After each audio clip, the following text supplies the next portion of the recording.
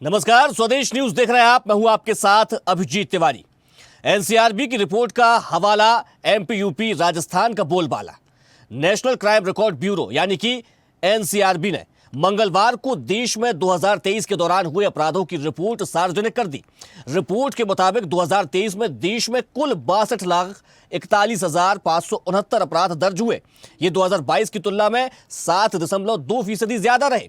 देश भर में महिलाओं पर 4,48,000 अपराध दर्ज हुए, जो 10 साल में सबसे ज्यादा है। रिपोर्ट के मुताबिक राज्य में हत्या और अपहरण के मामलों में उत्तर प्रदेश और बिहार सबसे ऊपर है, यानी गंभीर अपराधों की संख्या में अन्य राज्यों की तुलना में इन दोनों राज्यों में सबसे ज्यादा है। इसके अलावा सड़क दुर्घटनाओं के मामले में भी उत्तर प्रदेश टॉप पर है, जो राज्य में बढ़ती ट्रैफिक और सुरक्षा व्यवस्था की चिंताओं को दर्शाता है। महिलाओं के खिलाफ अपराधों में यूपी, महाराष्ट्र, पश्चिम बंगाल, राजस्थान सबसे आगे है। वहीं महिलाओं के अपहरण में जबरन शादी की प्रवृत्ति बढ़ी है, संख्या में सामने आई है। खासकर उत्तर और मध्य भारत में रिपोर्ट के अनुसार 2023 में बच्चों पर अपराध के 1,77,000 केस दर्ज हुए, जो 2022 में 1,62,000 थे, यानी कि एक साल में 9.2% की बढ़ोतरी हुई, जो महिलाओं और बुजुर्गों के मुकाबले सबसे ज्यादा है। वहीं राज्यों में अकेले मध्य प्रदेश में 22,393 केस सामने आए हैं। बच्चों के खिलाफ हर दिन औसतन 486 और हर 3 मिनट में एक अपराध दर्ज हुआ है। देश भर में साइबर क्राइम के मामलों में 31% की बढ़ोतरी हुई है। 2023 में कुल 86,420 केस दर्ज किए गए। साइबर के माध्यम से हत्या के मामले में यूपी, दुष्कर्म में राजस्थान और लूट में महाराष्ट्र सबसे आगे है। देश में सबसे कम साइबर क्राइम सिक्किम में दर्ज किए गए। वहीं देश भर में बड़े क्राइम जैसे हत्या, दुष्कर्म और लूट के मामलों में भी कमी देखी गई। हालांकि इनमें दुष्कर्म के केस सबसे ज्यादा दर्ज किए गए, दूसरे नंबर पर हत्या और तीसरे नंबर पर लूट के केस दर्ज हुए। 2023 में बड़े शहरों में अपराध बढ़ता हुआ रिकॉर्ड किया गया। बेंगलुरु में सबसे ज्यादा 68,250 केस दर्ज हुए। वहीं दूसरे पर चेन्नई और तीसरे स्थान पर मुंबई रहा। तो अब एनसीआरबी की रिपोर्ट का हवाला और अपराध का बोलबाला है। ऐसे में जरूरत सरकार, कानून सप्ताह और समाज को आगे आने की है। जरूरत कड़े और ठोस कदम उठाने की है, जिससे अपराधों पर लगाम लगाई जा सके। तो इस पूरे मुद्दे को लेकर, यानी कि एनसीआरबी की रिपोर्ट को लेकर, मध्य प्रदेश के भाजपा और कांग्रेस के नेताओं के बयान भी सामने आए। पहले आपको वो सुनवा देते हैं। बहुत ही दुर्भाग्यपूर्ण है मध्य प्रदेश में, यहाँ एक तरफ तो आप लाडली बहना चला रहे हो, लेकिन लाडली बहना गायब हो रही है, रेप हो रहे हैं, उनके मर्डर हो रहे हैं। एनसीआरबी की रिपोर्ट में नंबर 1 पे है मध्य प्रदेश, और महिला अपराध में भी 4 में। और इस रिपोर्ट के अंदर, जो कि केंद्र सरकार की एक संस्था है, जहाँ बीजेपी की सरकार है, मोदी जी प्रधानमंत्री है, डबल इंजन की सरकारें जहाँ जहाँ हैं, बीजेपी की जहाँ जहाँ सरकारें हैं, चाहे वो राजस्थान हो, चाहे महाराष्ट्र हो, उत्तर प्रदेश, सब जगह ये आंकड़े आ रहे हैं, बेटियां, बच्चियां, महिलाएं नहीं बच रही हैं। कहाँ है ये कानून व्यवस्था? बहुत ही दुर्भाग्यपूर्ण है। देखिए, कांग्रेस के लिए तो ये आंकड़े खुद चौंकाने वाले हैं, क्योंकि मध्य प्रदेश में 2018 के बाद से निरंतर अपराध में कमी आ रही है, और मध्य प्रदेश की जो राष्ट्रीय रैंकिंग है वो अपराधों के विषय में निरंतर सुधरती जा रही है। डॉक्टर मोहन यादव जी के नेतृत्व में एक सख्त और संवेदनशील सरकार है, जो सख्ती से कार्रवाई करती है, और इतनी कड़ी कार्रवाई करती है कि जब अपराधियों के हौसले तोड़े जाते हैं तो खुद कांग्रेसियों को सामने आना पड़ता है। तो कांग्रेसियों, मध्य प्रदेश को बदनाम करना बंद करो। मध्य प्रदेश में अमन चैन की हवा है और अपराधियों में खौफ है। तो एनसीआरबी की रिपोर्ट का हवाला एमपी, यूपी, राजस्थान का बोलबाला। आंकड़े चौंकाने वाले हैं, चिंताजनक भी है, क्योंकि जिस प्रकार से आंकड़े देखने को मिल रहे हैं, 62 लाख एक साल में दर्ज कर लिए जाए केस, ये सोचने वाली बात होती है कि आखिर अपराधियों के हौसले कितने बुलंद हैं। आज इसी विषय पर चर्चा करेंगे, लेकिन सबसे पहले परिचय करवा देते हैं अपने मेहमानों से। हमारे साथ भाजपा प्रवक्ता प्रीति शर्मा जी जुड़ गए, आपका बहुत स्वागत है। साथ ही कांग्रेस प्रवक्ता राजेश कुमार दुबे भी हमारे साथ जुड़ गए, आपका भी बहुत स्वागत है। वहीं पूर्व डीएसपी नरेश शर्मा जी भी हमारे साथ जुड़ गए, आपका भी बहुत स्वागत है। मैं चर्चा की शुरुआत प्रीति शर्मा जी से करूंगा। प्रीति जी, 2023 में अलग अलग राज्यों में सरकारें अलग अलग दलों की रही हैं, लेकिन जो आंकड़े आ रहे हैं वो बड़े चिंताजनक है। 62 लाख केस एक साल में दर्ज किए गए। सरकारें राज्यों में अलग रही, किसी राज्य में कांग्रेस की तो किसी में भाजपा की, लेकिन अपराधों में कमी नहीं आई। अपराधों पर अंकुश कैसे लगेगा? अभिजीत जी, सबसे पहले मैं आपको बता देती हूँ कि जो एनसीआरबी की जो रिपोर्ट की हम बात कर रहे हैं वो 2023 की रिपोर्ट है। और जब हम 2023 की रिपोर्ट की बात करते हैं तो हमें ये पता होना चाहिए कि 2023 में राजस्थान महिला अपराध में नंबर 1 पर था, इसमें कोई डाउट है ही नहीं। और ये रिपोर्ट साबित करती है कि जो महिला अपराध में नंबर 1 पर जो था राज्य, आज जब से माननीय मुख्यमंत्री जी भजनलाल शर्मा जी की सरकार आई है, लगातार अपराध के आंकड़ों में कमी आ रही है। और ये हमें देखना पड़ेगा कि 2023 में क्या स्थिति, वास्तविकता यही थी कि महिला अपराध के मामले में नंबर 1 पर था। और इसका सबसे बड़ा उदाहरण है मेवाराम जैन। मेवाराम जैन जो कांग्रेस के नेता हैं, ऐसे नेताओं को जब आप सत्ता सौंपेंगे और ऐसे नेता अगर किसी पार्टी में होंगे तो डेफिनेटली इस तरीके के अपराधों का बढ़ना स्वाभाविक था और यह हुआ, ये किसी से छुपा नहीं है। इन्होंने मेवाराम जैन को 2023 में जब उनके ऊपर आरोप लगे तो हटा दिया और वापस घर वापसी करा ली। तो ऐसे नेता, चाहे वो मेवाराम जैन हो चाहे वो धारीवाल हो, इस तरीके के नेता जब किसी पार्टी में होंगे तो महिला अपराधों में बढ़ोतरी होना स्वाभाविक है। क्योंकि आप देखिए, जिस आदमी के ऊपर बालिकाओं के शोषण का अपराध का आरोप लग रहा है, उसको आप वापस ले रहे सत्ता में, ये कहाँ का इंसाफ है? तो कांग्रेस सरकार में लगातार अपराधों का ग्राफ बढ़ा था, चाहे वो महिला अपराध हो, चाहे वो लूट हो, चाहे वो हत्या हो, चाहे वो डकैती हो, एवरीथिंग इज देयर। और आप देखिए 2023 के जो एनसीआरबी के आंकड़े हैं ये इसको साबित करते हैं। 2023 में उत्तर प्रदेश में भाजपा की सरकार थी और हत्या के मामले में सबसे आगे अगर देखा जाए तो बिहार और उत्तर प्रदेश का जिक्र किया गया है। प्रीति जी देखिए, मैं एक बात बहुत साफ कह देती हूं कि एनसीआरबी के आंकड़े 2023 के जो जारी हुए, अगर मैं राजस्थान की बात करूं तो राजस्थान में लगातार अपराध का ग्राफ गिर रहा है और सुधार हो रहा है। और बिहार उत्तर प्रदेश की अगर हम बात करते हैं तो योगी जी के राज में आप देखिए कि लोगों ने दंगा फैलाने की कब कोशिश नहीं की। अभी रिसेंटली बरेली का आप उदाहरण देख सकते हैं। और जब जब ऐसे दंगाइयों को कंट्रोल करने का काम योगी जी की सरकार ने किया, माननीय मुख्यमंत्री जी, चाहे वो राजस्थान के हो, चाहे वो बिहार के हो, चाहे वो उत्तर प्रदेश के हो, भाजपा की सरकार केंद्र में है और हम जीरो टॉलरेंस नीति अपना रहे हैं अपराध के खिलाफ। और अपराध को रोकने के लिए चाहे वो कानून व्यवस्था को सुधारने का काम किया जाए या कानून व्यवस्था को बदलने का काम किया जाए या अधिकारियों को बदलने का काम किया जाए या अधिकारियों पर कार्रवाई करने का काम किया जाए, हमारी सरकार प्रतिबद्ध है और लगातार भ्रष्ट अधिकारियों पर भी कार्रवाई हो रही है। और जहां पर हमें लगेगा कि हमें सख्त एक्शन लेना चाहिए वहां पर हम सख्त एक्शन लेंगे। तो अगर योगी जी बुलडोजर कार्रवाई करते हैं तो उसमें कोई बुराई नहीं है और देश में समर्थन भी मिल रहा है। चाहे प्रदेश की बात करूं चाहे देश की बात करूं, समर्थन मिल रहा है, समर्थन मिलेगा। क्योंकि आफ्टर ऑल हमारा काम है अपराध को रोकना और अपराध को रोकने के लिए हमें जो भी मुमकिन कदम उठाना होगा हम उठाएंगे। ठीक है, ठीक है। राजेश कुमार जी, सरकारें किसी की भी हो, किसी भी राज्य में किसी भी दल की सरकार हो, और हर सरकार यही कहती है कि कार्रवाई की जा रही है अपराधियों पर, लेकिन उसके बाद भी अपराध पर अंकुश नहीं लग पाता है। चलिए हम राजेश जी को जोड़ने की कोशिश करेंगे। हमारे साथ नरेश शर्मा जी जुड़े हुए हैं। नरेश जी, 62 लाख एक साल में केस दर्ज किए गए हैं, अपने आप में चिंता का विषय है और सोचने वाली बात है कि आखिर अपराधियों के हौसले कितने बुलंद हैं। नरेश जी, आप अनम्यूट कर लीजिए अपना मोबाइल। हाँ जी, नमस्कार। मेरी आवाज आ रही है सर? जी जी, सुन पा रहा हूं जी। अपराधों के बढ़ने के बहुत सारे कारण हो सकते हैं। देखिए, हमारे यहाँ 3 लेवल पे काउंटिंग होती है, एनसीआरबी है, एससीआरबी और डीसीआरबी। डिस्ट्रिक्ट लेवल पे डिस्ट्रिक्ट क्राइम रिकॉर्ड ब्यूरो होता है, फिर state crime record bureau, national record crime bureau होता है।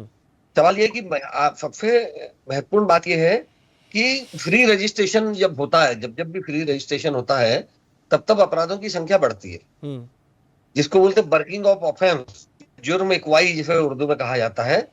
साधारणतः ये होता है कि पुलिस थाने में रिपोर्ट करने लोग जाते हैं और कॉग्निबल और नॉन कॉग्निबल ऑफेंस पे के चक्कर में ये कहा जाता है कि भाई ये तो कॉग्निबल ऑफेंस नहीं है, ये सिविल नेचर का अपराध है, और प्रकरणों का रजिस्ट्रेशन नहीं किया जाता। तब तो आप देखिएगा कि 10 ऐसे प्रकरण जिनकी रिपोर्टें थाने में गई हो, उसमें से 5 या 6 को ये कह के टाला जा सकता है ये नॉन कॉग्निबल ऑफेंस है, इसमें हम कार्रवाई नहीं करेंगे, पुलिस के हस्तक्षेप योग्य अपराध नहीं है।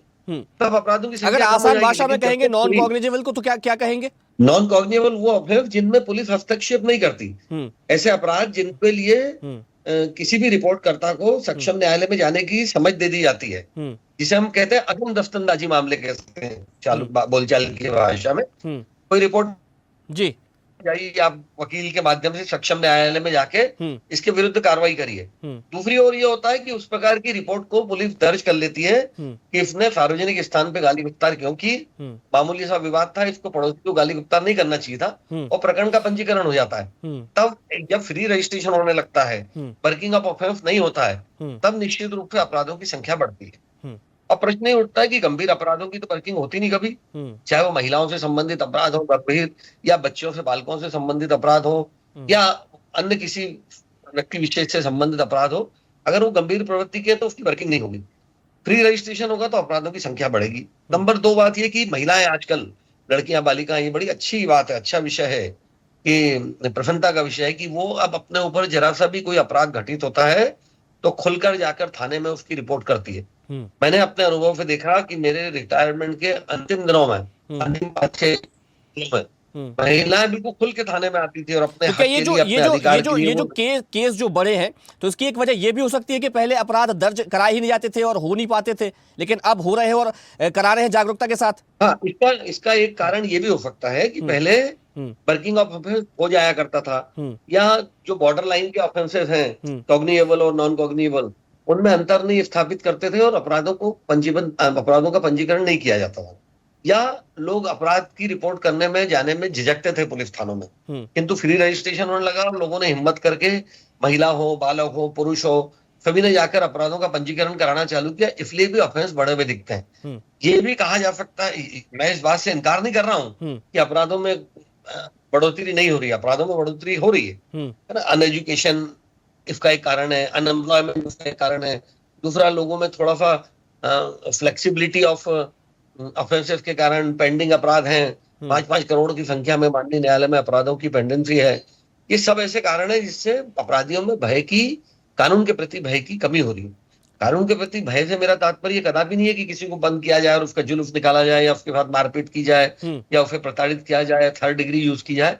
किंतु ऑफेंसेस का निपटारा होने में जब जब देरी होगी, जब जब प्रकरणों के निराकरण में देरी होगी, जब जब जस्टिस डिले होगा, तब तक जस्टिस डिनाई होने लगेगा और ऐसे में अपराधियों के हौसले बढ़ेंगे। ठीक है, तो एक तो ये भी कारण अपराधों की संख्या में बढ़ोतरी का कारण हो सकता है। ठीक है राजेश कुमार जी, सरकारें किसी की भी हो, अलग अलग दलों की सरकारें अलग अलग राज्यों में रहती है, समय समय पर सरकारें बदलती रहती हैं, लेकिन जब सत्ता पक्षी सरकार होती है तो विपक्ष पे आरोप मर देती है कि उनके शासनकाल के दौरान जो है वो अपराधियों को शह दी गई और अपराधियों के मनोबल बढ़े थे, लेकिन अपराध पर अंकुश नहीं लग पाता है। तो ये जो आरोप मरने वाली रीति और नीति है, इसका अंत कब होगा?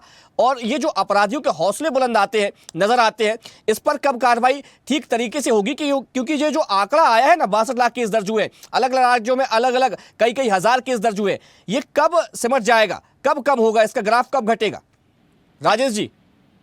जी देखिए, मैं आपको बता दूं कि यह जो भारतीय जनता पार्टी की सरकारें हैं, चाहे वो उत्तर प्रदेश की हो, राजस्थान की हो, और बिहार में भी ये सरकार में है, महाराष्ट्र में है, आप देख लीजिए एनसीआरबी की जो रिपोर्ट बताती है कि महिलाओं के ऊपर अत्याचार के मामले में उत्तर प्रदेश नंबर 1 और महाराष्ट्र नंबर 1, उसके बाद बलात्कार के मामले में राजस्थान नंबर 1, हत्या, अपहरण, लूट, डकैती के मामले में उत्तर प्रदेश, बिहार नंबर 1। और इस प्रकार से अगर आप देखें तो तमाम चीजों में जो है, जहां जहां भारतीय जनता पार्टी की सरकारें हैं, कहने को ये डबल इंजन की, ट्रिपल इंजन की सरकारें चला रहे हैं, लेकिन यह देश और समाज के लिए ट्रबल साबित हो रहे हैं। इनको अगर ये कहा जाए कि डबल इंजन नहीं बल्कि ट्रबल इंजन है, तो कई अतिशयोक्ति नहीं होगी और इसमें आरोप प्रत्यारोप की बातें नहीं है। राजेश जी मैं एक छोटा सा एक आंकड़ा आपके सामने रख देता हूं। दुष्कर्म के मामले में राजस्थान पहले स्थान पर, 2023 की मैं ये बात बता रहा हूं आपको। कर्नाटक में आपकी सरकार, राजस्थान में आपकी सरकार 2023 में, और कर्नाटक में केस दर्ज होते हैं 68,250। ये आंकड़े उस दौरान के जब आपकी सरकारें थी, राजस्थान में और कर्नाटक में भी। नहीं, आप ये देखें कि अभी जो एनसीआरबी की रिपोर्ट है उसमें दुष्कर्म के मामले बढ़े राजस्थान में, हमारी जब सरकार आई थी तो जो वसुंधरा राजे की सरकार ने हमें विरासत में छोड़ रखा था, उस पर हमने पूरी ताकत से, गहलोत सरकार ने जो कांग्रेस की राजेश जी, सरकार है, मैं उसको रोकने का मेरे काम किया पास था। ये पूरे आंकड़े इस पेज में है, इसमें मैं बता रहा हूं कि जो आंकड़े दिखा रहा हूं ना मैं आपको, जिसको लेकर मैंने बात की है, तो ये एनसीआरबी की रिपोर्ट का हवाला दे रहा हूं मैं ना अपनी तरफ से कुछ जोड़ रहा हूं, ना भाजपा वालों ने मुझसे कुछ कहा है बताने के लिए, ये तो एनसीआरबी की रिपोर्ट कह रही है। हालांकि ऐसे भी कई राज्य हैं जो भाजपा शासित थे उस दौरान, उसमें भी घटनाएं घटी, उसमें भी केस दर्ज हुए, लेकिन आपने जब ये बात कही कि छत्तीसगढ़, माफ कीजिएगा, राजस्थान में जब कांग्रेस की सरकार थी या भाजपा की सरकार थी तब इस तरीके के मामले दर्ज हुए, तो मेरा सवाल तो वही है ना कि सरकारें किसी की भी हो लेकिन कार्रवाई देखने को नहीं मिलती उस स्तर तक, उस हद तक। देखिए, अपराधियों पर लगाम लगाने की मंशा होनी चाहिए, अपराधियों पर अंक लगाने की मंशा चाहिए, और हमारा अपराधी तुम्हारा अपराधी और गुड अपराधी बैड अपराधी की जब भावना होगी और सरकार में हम बैठे होंगे तो वही हश्र होगा जो एनसीआरबी या भारतीय जनता पार्टी की प्रदेश सरकारों के मामले में रिपोर्ट रही है, चाहे वो उत्तर प्रदेश का हश्र हो, चाहे वो महाराष्ट्र का हश्र, चाहे बिहार का हो, या तमाम जहाँ इनकी सरकारें हैं, इनकी नीयत में खोट है, और इसलिए जो है ये केवल महिला सुरक्षा की बात मुंह से करते हैं, लेकिन महिलाओं के उत्पीड़न में इनका इन्वॉल्वमेंट है। जिस तरह से तमाम मामले आए, देखा आपने उत्तर प्रदेश में देखा होगा कि तमाम इनके विधायक, तमाम इनके रसूखदार लोग, तमाम इनके सांसद रहे, ठीक है, आऊंगा मैं प्रीति जी, आ रहा हूँ आपके पास, मैं आ रहा हूँ आपके पास। किस तरह से महिलाओं के साथ जो भी जघन्य कृत्य किए वो सब सामने। ठीक है, प्रीति जी कुछ कहना चाह रही है, ठीक है राजेश जी, मैं आऊंगा आपके पास, लौटूंगा, ठीक है प्रीति जी।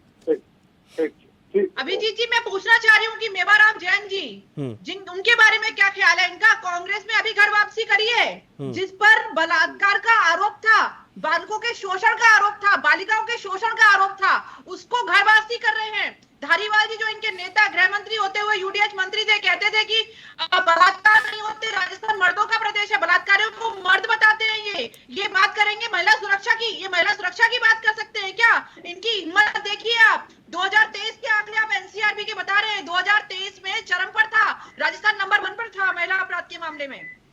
और राजेश जी बात कर रहे हैं कि केंद्र सरकार हमारी है और राज्य में जहां पर भारतीय जनता पार्टी की सरकार है, आपने तो एनसीआरबी के इनको आंकड़े बताए हैं 2023 के, और अपराधों की घटना, अपराधों को रोकना, इसके लिए हमारी सरकार प्रतिबद्ध है। हम जब कानून लेकर आते हैं तो उसका समर्थन नहीं करते हैं, हम कहते हैं, जब हम बुलडोजर चलाते हैं अपराधियों के खिलाफ तो ये आगे खड़े हो जाते हैं। इसका जीता जागता उदाहरण बरेली दंगा देख लीजिए। बरेली में जिस तरीके से इन्होंने दंगे भड़काने की कोशिश की और एक समुदाय विशेष को ये प्रोटेक्ट करते रहते हैं, जब भी वो दंगे भड़काते हैं तभी ये प्रोटेक्ट करते हैं उनको। भाई क्यों प्रोटेक्शन देते हो? अगर अपराधियों पर कार्रवाई होती है तो ये सरकार के समर्थन में खड़े क्यों नहीं होते हैं? ये कभी खड़े नहीं होते। और मेवाराम जैन जैसे अपराधियों को सत्ता में शामिल करते हैं, पार्टी में शामिल करते हैं और ढोल नगाड़ों के साथ उनको लेकर आते हैं। इनको शर्म आनी चाहिए। जो अपराध के मामले में महिलाओं के खिलाफ अपराध के मामले उस पर दर्ज हो और उसको वो पार्टी में शामिल करते हैं, तो आप महिला सुरक्षा की बात करने के लिए लायक ही नहीं है राजेश जी। इस पर कुछ कहना चाहेंगे? प्रदेश में हमारी सरकार है, लेकिन कांग्रेस पार्टी से तो आपके हैं ना, और इनके साथ सरकार चला रहे हैं, उस पर भी कुछ कहना चाहेंगे? महाराष्ट्र में जो है इनकी 7 साल पुरानी सरकार है, उस पर कुछ कहना चाहेंगे? चलिए ठीक है, मैं आप दोनों के पास लौटूंगा। जहाँ हमारी सरकार है वहाँ अपराधियों के खिलाफ हम कार्रवाई कर रहे हैं, आप हमारा समर्थन करेंगे क्या? क्या आप मेवाराम जैसे अपराधियों को अपने संगठन से बाहर निकालने की बजाय जो ठीक है, मैं लौटूंगा, मैं आप दोनों के पास लौटूंगा। ठीक है प्रीति जी, राजेश जी, ठीक है ना राजेश जी। नरेश शर्मा जी, आप पुलिस अधिकारी रहे हैं और आप पुलिस की कार्यप्रणाली को भली भांति समझते हैं, और कहा जाता है कि अगर पुलिस चाह ले तो बहुत हद तक अपराधों पर अंकुश लगाया जा सकता है, क्योंकि पुलिस के जो तंत्र होता है, पुलिस के जो सोर्सेज रहते हैं वो ज़्यादातर जगहों पर पहुंचते हैं और उन्हें पता होता है कि कहां से अपराध हो सकते हैं, क्योंकि एक होता है सुनियोजित अपराध और एक होता है सडन अपराध कर देना। तो अगर कोई सोची समझी साजिश कर रहा है उसका पता कैसे लगाया जाए, और अगर सडन कर देता तो फिर वो तो एक दूसरी बात हो जाती है। तो पुलिस का जो तंत्र है अपराध रोकने में कहां विफल रह जाता है? मैं ये कहना, ये निवेदन करना चाहूंगा कि प्रिवेंशन ऑफ क्राइम का जहां तक सवाल है, पुलिस की जो गतिविधियों का, चाहे वो किसी प्रांत की पुलिस हो, जम्मू कश्मीर से लेके कन्याकुमारी तक और अटक से खटक तक की, सब जगह की पुलिस के लिए जो पुराना क्रिमिनल प्रोसीजर कोड है या नागरिक सुरक्षा अधिनियम जो भी बना है, वो सब में समान प्रावधान है। प्रिवेंशन ऑफ क्राइम की समान सेक्शंस हैं। एनएसए के अंतर्गत, नेशनल सिक्योरिटी एक्ट के अंतर्गत कार्रवाई करने के प्रावधान है। दंड प्रक्रिया संहिता, जिला बदर, तमाम प्रकार के ऐसे प्रावधान है पुलिस के पास में, जिसके खिलाफ वो प्रिवेंशन ऑफ क्राइम करती है। और ये मैं आपको विश्वास दिलवाना चाहता हूँ कि मैंने तो अपने 25 साल के करियर में और रिटायर्ड होने के बाद में देखा है कि अगर पुलिस क्राइम प्रिवेंशन नहीं करती तो अपराधों का ग्राफ कहीं का कहीं चला गया होता। आदमी कैसे, किस प्रकार रात्रि में आराम की नींद सो रहा है। क्राइम, जो क्रिमिनल की संख्या है हमारे समाज में, वो 1% से भी कम है। और उसका कारण यही है कि पुलिस के द्वारा प्रॉपर क्राइम प्रिवेंशन किया जाता है। ये बात अलग है कि जैसे आप ऑर्गेनाइज क्राइम या ऑल ऑफ सडन क्राइम हो जाने की बात कर रहे थे, कोई नियोजित क्राइम नहीं है, एकाएक जो क्राइम हो जाता है तो वो निश्चित रूप से उस पर नियंत्रण करना थोड़ा सा अपेक्षाकृत कम मुश्किल होता है, वो अपेक्षाकृत कम आसान है वो। किंतु ऑर्गेनाइज क्राइम की जहां तक बात है, पुलिस उसमें प्रिवेंशन करती है, उसकी स्टडी करती है, उन्हें मालूम है कौन हैबिचुअल ऑफेंडर है और उसके खिलाफ समुचित कार्रवाई की जाती है। यही कारण है कि मध्य प्रदेश का जहां तक सवाल है, मध्य प्रदेश में निश्चित रूप से अपराध का आंकड़ा नीचे आया है। वैसे अपराध, मैं जबलपुर का रहने वाला हूँ, जबलपुर से ही आपसे बात कर रहा हूँ। जब हमारे एक डीजी कहा करते थे कि अब तो जबलपुर का घोड़ा बारात में जाने लायक हो गया। अर्थात क्राइम का इतना भयानक बोलबाला था एक समय में जबलपुर में, लेकिन धीरे धीरे पुलिस ने क्राइम प्रिवेंशन किया, सख्त कार्रवाई की, कानून की धाराएं, प्रिवेंशन की ऐसी धाराओं का प्रयोग किया, ऐसे स्पेसिफिक ऑफेंसेस का रजिस्ट्रेशन किया, जिससे धीरे धीरे अपराधों की संख्या कम हुई। और अभी दशहरा का चल समारोह चल रहा है, हमारे यहाँ नवरात्रि का पर्व चल रहा है। रात रात हमारी बहनें, हमारी माताएं, हमारी बच्चियां घूम रही है पंडालों में, और एक भी क्राइम नहीं होता उनके साथ।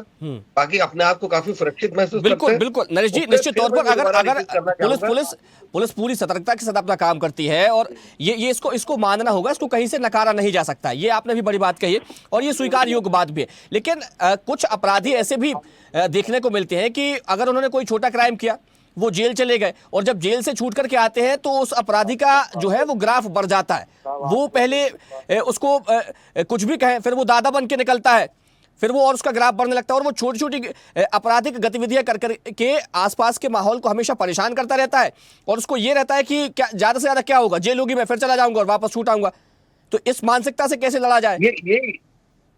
यही मैं आपसे निवेदन करना चाह रहा था कि मतलब डिलेड दी जस्टिस, डिनाइड दी जस्टिस। अगर आपके प्रकरणों के निराकरण में माननीय न्यायालय में अपराधों के लंबन की अवधि इतनी ज्यादा रहेगी, 5 करोड़ अपराध पेंडिंग है, जो केवल डिस्ट्रिक्ट कोर्ट में, हाई कोर्ट और सुप्रीम कोर्ट के आंकड़े में आपको बता रहा हूँ, इसके अलावा और भी कोर्ट्स है, डिस्ट्रिक्ट मजिस्ट्रेट की कोर्ट है, सिविल मामले लंबित हैं। तो जैसे जैसे मामलों का लंबन बढ़ता जाता है, 10-10 साल। अभी हमने समाचार पढ़ा कि एक व्यक्ति को 32 साल बाद राहत मिली। माननीय हाई कोर्ट में भी 2 मामले ऐसे हैं जो 72 साल से, 72 ईयर से लंबित हैं। अब आप कल्पना कीजिए कि जिस अपराधी के विरुद्ध के वो प्रकरण होंगे, निश्चित रूप से अपराधी जीवित ही नहीं होगा वो, या होगा भी तो काफी बुजुर्ग हो गया, उसने अपना पूरा जीवन जी लिया, उसको कानून के प्रति उसको भय खत्म हो गया। प्रकरणों का शीघ्र निराकरण हो, उसके लिए अभी नया जो एक्ट बने हैं गवर्नमेंट ऑफ इंडिया ने, सीआरपीसी और आईपीसी को बदल के जो दोनों अपराध परिवर्तित किए, इवन इंडियन एविडेंस एक्ट में भी काफी परिवर्तन किया है। भारतीय न्याय संहिता बनाई गई है, भारतीय नागरिक सुरक्षा अधिनियम बनाए गए, भारतीय साक्ष्य अधिनियम में भी जो परिवर्तन हुआ है, उसके आधार पर ये निश्चित रूप से ये विश्वास करने का युक्तियुक्त कारण है कि अब अपराधों का शीघ्र निराकरण होगा, अपराधियों पर पहले की अपेक्षा ज्यादा अंकुश लगेगा, पुलिस भी अपनी कार्रवाई सक्षमता से कर पाएगी, प्रिवेंटिव मेजर्स भी काफी हैं, लेकिन फिर संख्या बल की कमी है। अभी मध्य प्रदेश सरकार ने घोषित किया है कि वो 3 साल में 7,500 पुलिस कर्मियों की भर्ती करेंगे। निश्चित रूप से पुलिस की भर्ती जब हो जाएगी, संख्या बल पर्याप्त होगा, तब भी अपराधों में कमी होगी। और ये कहना, ये आंकड़े वाली बात अलग हो सकती है कि अपराधों में भारी वृद्धि होगी, और फिर अपराधों में वृद्धि होने की वजह से जनमानस में असंतोष की भावना है, निश्चित रूप से अपराध बढ़े हैं, इसमें कोई शक नहीं। लेकिन ऐसी स्थिति में नहीं है कि बिल्कुल हाहाकार मच गया है और आतंकी और अपराधी स्वच्छंद होकर घूम रहे हैं, ऐसा कदापि नहीं है। अभी हमारे देश में कानून का राज है, बिल्कुल कानून का हर प्रांत राज में है। कानून का ठीक है, राज समय है। की सीमा है, इस चर्चा को हमें विराम देना पड़ेगा। हमारे साथ जुड़ने के लिए प्रीति शर्मा जी आपका बहुत धन्यवाद, राजेश कुमार जी आपका भी बहुत धन्यवाद और नरेश शर्मा जी आपका भी बहुत शुक्रिया। तो एनसीआरबी की रिपोर्ट में जो आंकड़े आए हैं चिंताजनक है, क्योंकि एक साल में यानी कि 2023 के आंकड़े आए हैं और एक ही साल में 62 लाख से ज्यादा केस दर्ज हुए हैं। अलग अलग राज्यों में किस प्रकार से केस बढ़े हैं इसका भी उसमें जिक्र किया गया है। अब सरकारें इस पर कैसे काम करेंगी और अपराध पर कैसे अंकुश लगाया जाएगा ये देखना होगा। फिलहाल चर्चा में इतना ही। देखते रहिए स्वदेश न्यूज, सबसे पहले देश। देखते रहिए स्वदेश न्यूज। अगर आप इस वीडियो को सोशल मीडिया हैंडल फेसबुक या इंस्टाग्राम पर देख रहे हैं तो हमें फॉलो करें, अगर यूट्यूब पर देख रहे हैं तो सब्सक्राइब करें और बेल आइकन दबाना ना भूलें।